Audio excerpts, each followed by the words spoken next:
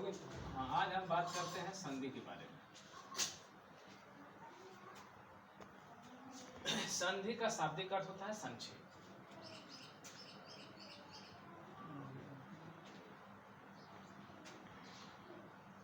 शाब्दिक अर्थ है संक्षेप।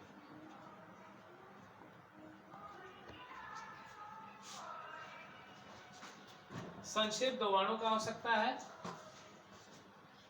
संधि में जहां दो शब्द आपस में मिलते हैं वो शब्द छोटे हो जाते हैं। हम पहले ध्यान देते हैं इसके परिभाषा पर।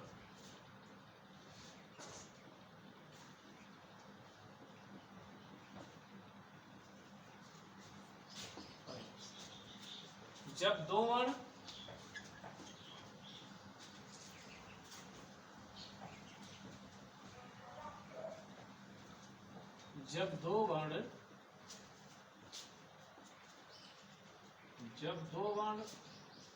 आपस में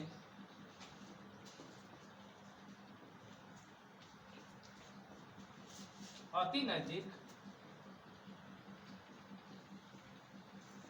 या अति निकट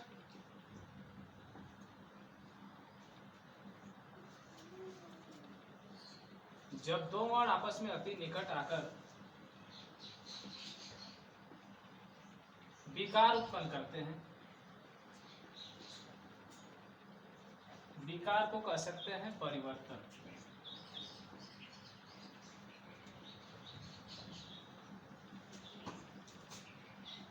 निकट आकर विकार उत्पन्न करते हैं,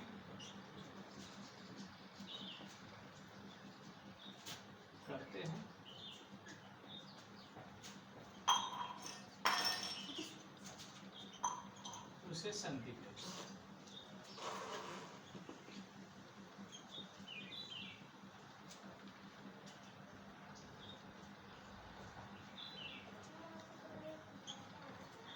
इसमें बताया गया है कि जब दो वर्ण आपस में अति निकट आते हैं और उनके मिलने से विकार उत्पन्न होता है उसे संधि कहते हैं। और संधि का शाब्दिक अर्थ होता है संक्षेप। जैसे देखते हैं कि संधि में क्या होता है। जैसे मान लीजिए कुछ उदाहरण है।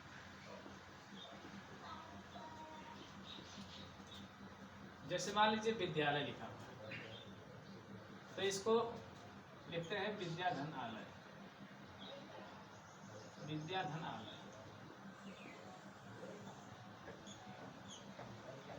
हम बात किए हैं कि जहां दो वर्ण आपस में अति निकट आते हैं उनके मिलने से विकार उत्पन्न होता है उसे संधि कहते हैं। यहाँ देखते हैं कि यहाँ आ स्वर है और यहाँ भी आ है,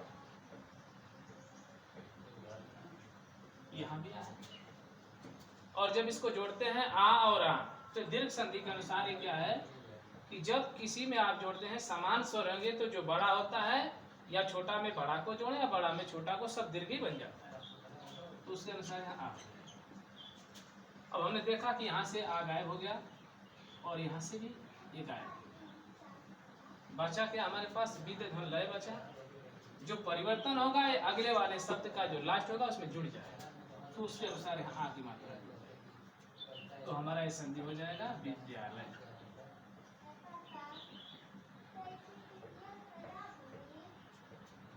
और तमाम ऐसे उदाहरण है। जैसे मान लीजिए नदी धनीश,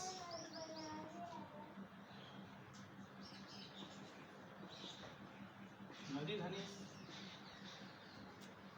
यहाँ छोटी है और यहाँ बड़ी है। ये दोनों वर्ण आपस में नजदीक हैं और इनके मिलने से विकार का मतलब परिवर्तन हो जाएगा। तो यहाँ से इसको हटाएंगे और यहाँ से इसको हटाएंगे, बड़ी हो जाएगा और बड़ी का जो परिवर्तन होगा अगले पे यहाँ लग जाएगा। इसके अनुसार हो जाएगा नदी।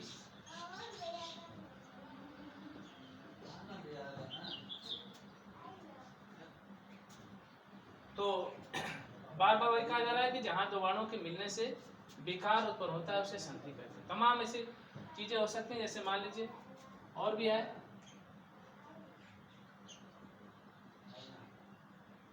महाधन इंद्र।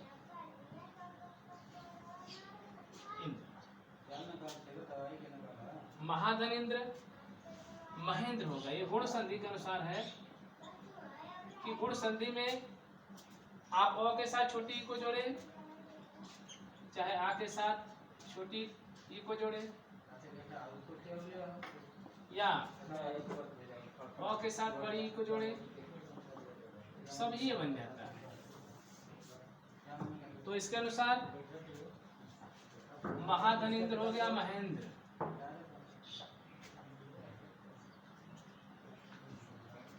महेंद्र हो गया। तो हम बात किए संधि का। संधि बताया गया कि जहां दो वर्ण आपस में जुड़ते हैं उनके जुड़ने से विकार उत्पन्न होता है, उसे संधि कहते हैं। अब देखते हैं संधि के बारे में कि संधि कितने प्रकार की होती है। आगे चलते हैं।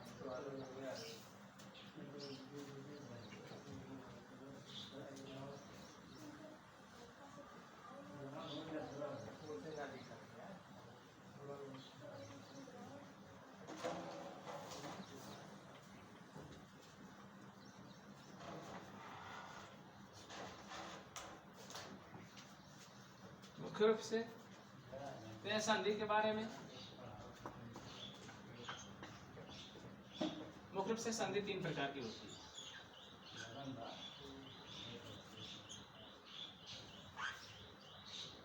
पहला आता है व्यंजन संधि या स्वर संधि, जो कह लीजिए स्वर संधि।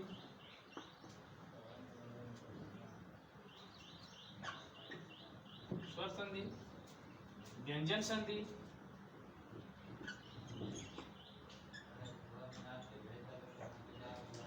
विसर्ग संधि,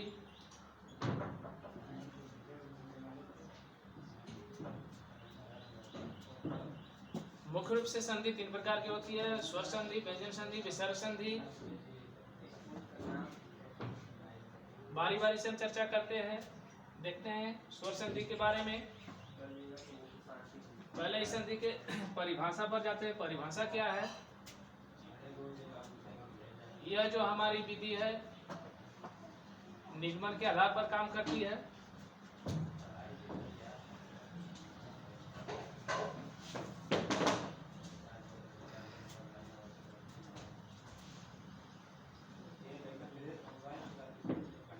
परिभाषा देखते हैं इसका।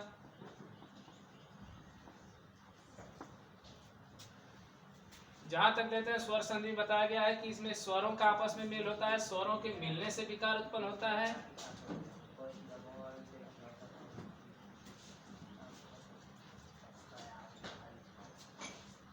स्वर संधि में जब दो स्वर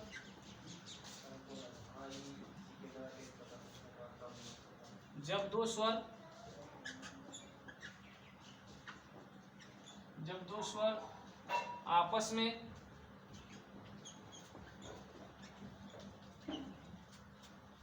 अति निकट आते हैं,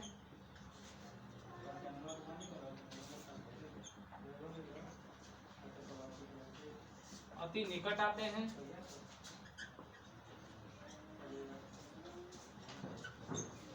और मिलकर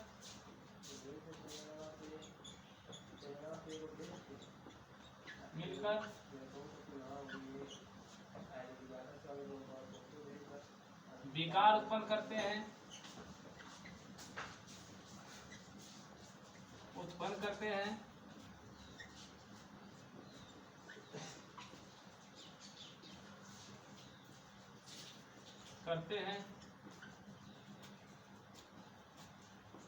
उसे स्वर संधि कहते हैं।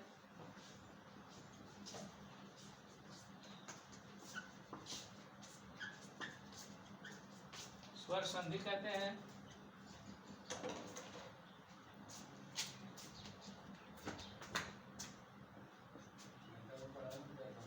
परिभाषा बताया गया कि स्वर संधि जब दो स्वर आपस में अति निकट आते हैं, उनके मिलने से विकार उत्पन्न होता है, उसे स्वर संधि कहते हैं। परिभाषा के अनुसार इसका उदाहरण देखते हैं। उदाहरण क्या कहता है? जैसे मान लीजिए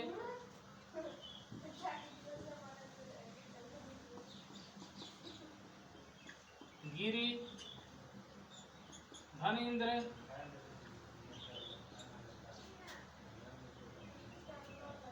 गिरि धनेन्द्र इसमें साफ साफ कहा गया है कि जब दो स्वर आपस में अति निकट आते हैं, यहाँ इसमें छोटी और बड़ी दोनों आपस में नजदीक आते हैं, छोटी और बड़ी मिलने से बड़ी होगा, क्योंकि दीर्घ संधि का उदाहरण है। इसमें कहा गया है कि अकेश सवर्ण दीर्घ, इसमें जो भी आता है वो दीर्घ बड़ा ही बन जाता है। तो इन दोनों में छोटी में बड़ी सबसे बड़ा है तो बड़ी हो जाएगा, तो ये परिवर्तन यहाँ होगा, तो इसके अनुसार हो जाएगा धीरेन्द्र। और ऐसे कई शब्द हैं, जैसे नर धनिंद्र, नरेंद्र हो जाएगा।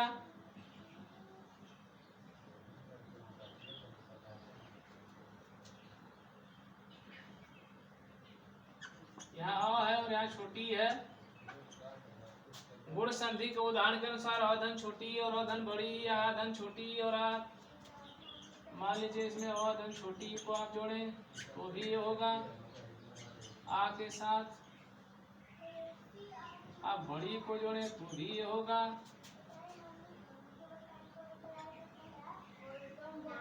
ठीक है, तो इसका क्या नाम है कि जब दोनों को जोड़ेंगे तो ये बन जाएगा, और जो भी परिवर्तन होता है अगले वर्ण पर लगता है, तो यहाँ से ही गायब हो गया और यहाँ से और गायब हो गया और इस पर एक ही मात्रा होगी, तो उसके अनुसार हो गया नरेंद्र।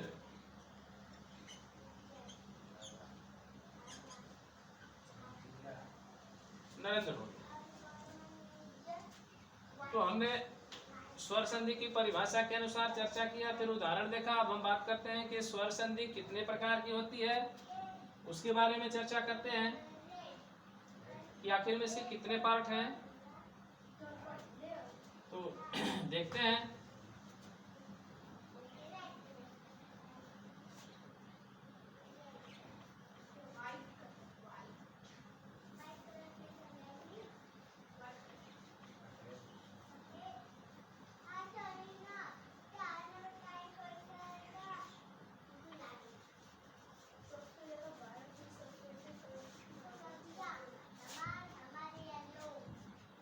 अब देखते हैं कि स्वर संधि के कितने पार्ट हैं।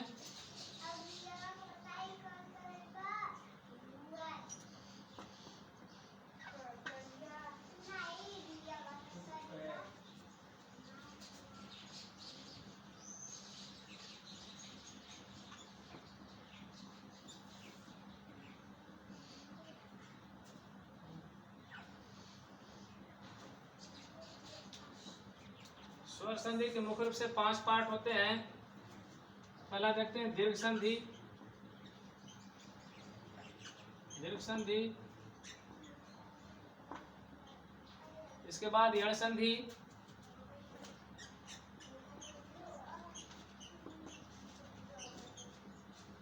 इसके बाद आयादी संधि,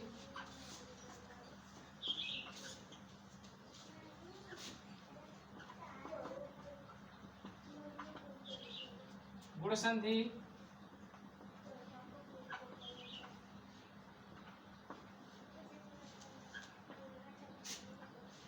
गुण संधि, वृद्धि संधि,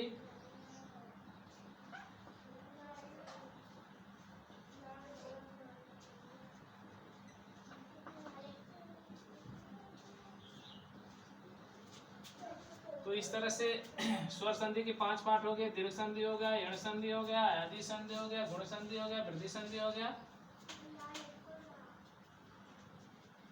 अब हम शुरू करते हैं। इसके पहला पार्ट जो है दीर्घ संधि, सबका नाम अलग अलग है।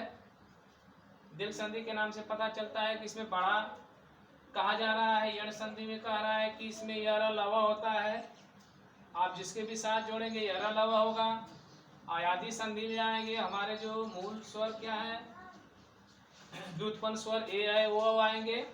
गुण संधि में परिवर्तन होगा ए और ए का, और वृद्धि संधि में भी परिवर्तन होगा। तो अब सबसे पहले हम चर्चा करते हैं दीर्घ संधि के बारे में।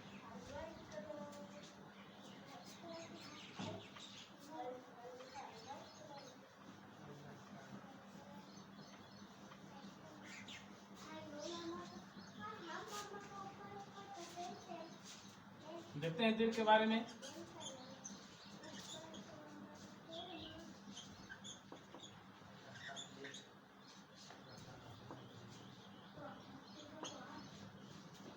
दीर्घ संधि में संस्कृत के अनुसार कहा जाता है, एक संस्कृत की परिभाषा है, उसके अनुसार क्या कहा जा रहा है, उसके अनुसार कहा जा रहा है कि अके सवर्ण दीर्घ, अके सवर्ण दीर्घ संस्कृत की परिभाषा के अनुसार है कि इसमें जो आता है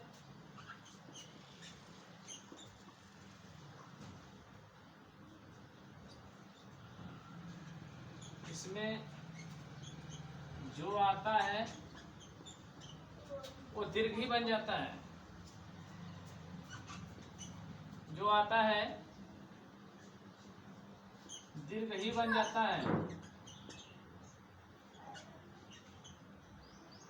दीर्घ ही बन जाता है।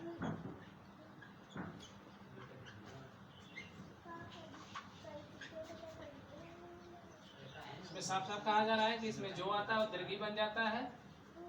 अब हिंदी की परिभाषा के अनुसार देखते हैं वो क्या कह रहा है। तो हिंदी के अनुसार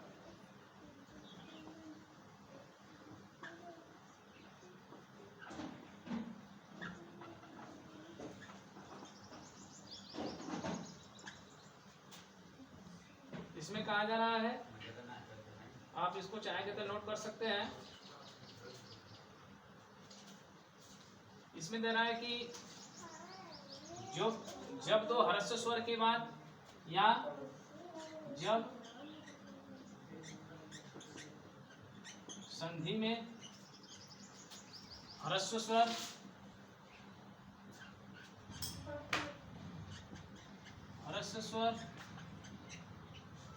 ओ आ छोटी छोटा ऊ री कह लीजिए के बाद ह्रस्व स्वर छोटी छोटा ऊ री अ या दीर्घ स्वर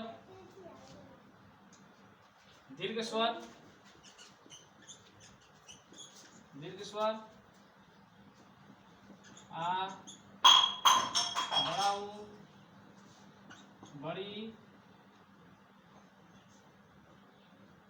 बड़ी री कर लीजिए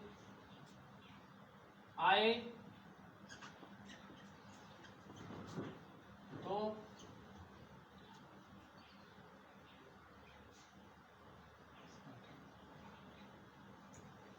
आ बड़ा ऊ छोटी री आए तो ये मिलकर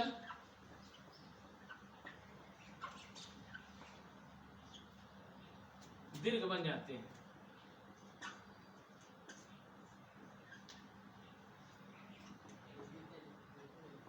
दीर्घ बन जाते हैं।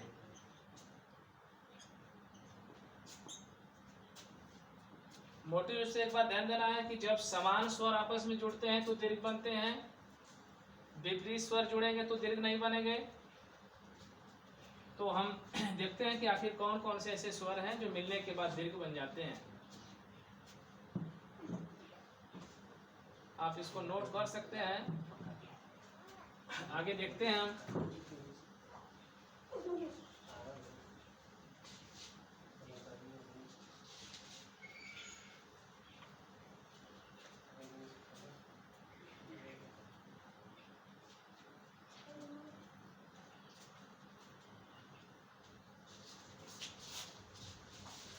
इसमें आप अ के साथ अ को जोड़ेंगे तो आ बनेगा, छोटी ई के साथ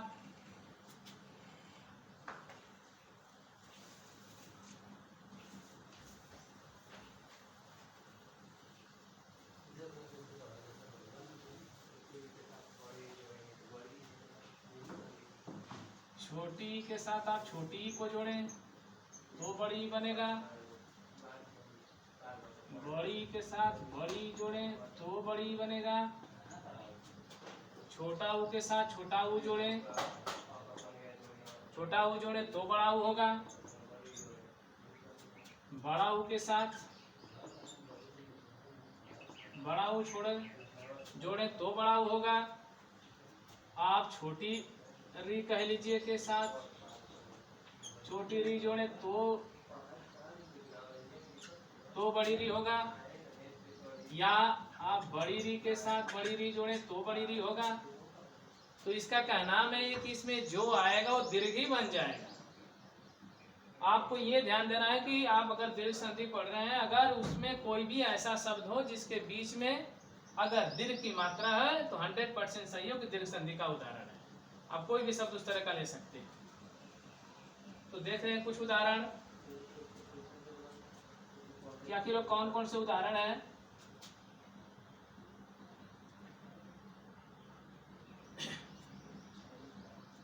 जैसे मान लीजिए नदी धनुष,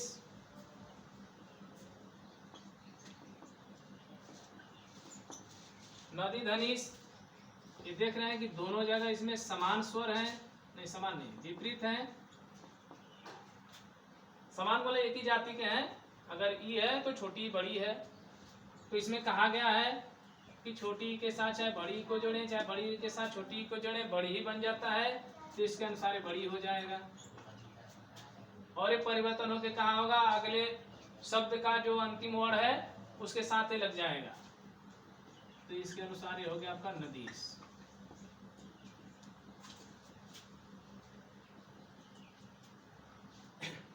बहुत ऐसे शब्द हैं जो समान स्वर के साथ मिलने पर दीर्घ बन जाएंगे। जैसे मान लीजिए वधु धन उत्सव, जब इसको हम जोड़ेंगे तो ये बन जाएगा वधुत्सव, वधुत्सव बन जाएगा। यानी आपने छोटा ऊ में छोटा ऊ को जोड़े, चाहे छोटा ऊ में बड़ा ऊ को जोड़े, दीर्घ ही बन जाएगा, तो वधुत्सव हो गया। और ऐसे चीज है, मान लीजिए लघु धन उत्सव कह लीजिए, ये भी लघु उत्सव हो जाएगा। यहाँ भी छोटा ऊ और छोटा ऊ है, समान स्वर है, एक ही जाति के हैं, ये दोनों मिलने पर दीर्घ बन जाएंगे, तो ये आपका हो जाएगा लघुत्सव।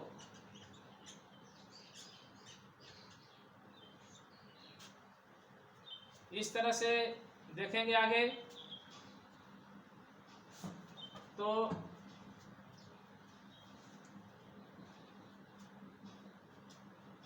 लघुत्सव हो गया। अब देखिए एक और इसमें मान लीजिए छोटी ई का हो गया प्रयोग, छोटा ऊ का हो गया, एक ऑप्शन बचता है इसमें री का। तो अगले देखते हैं, जैसे पितृ, पितृधन ऋण,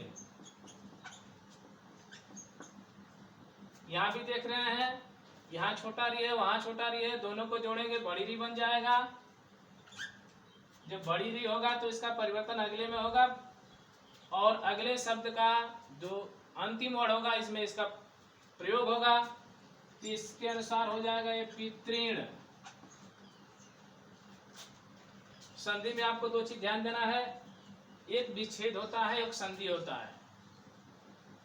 ये दो शब्द हमेशा चलते रहते हैं, और इस तरह से हमारे इस दीर्घ संधि का अंत होता है। आगे भी कई ऐसे संधि हैं जिसको करते रहेंगे। आज तक इतना ही, कल फिर इसी टाइम देखेंगे।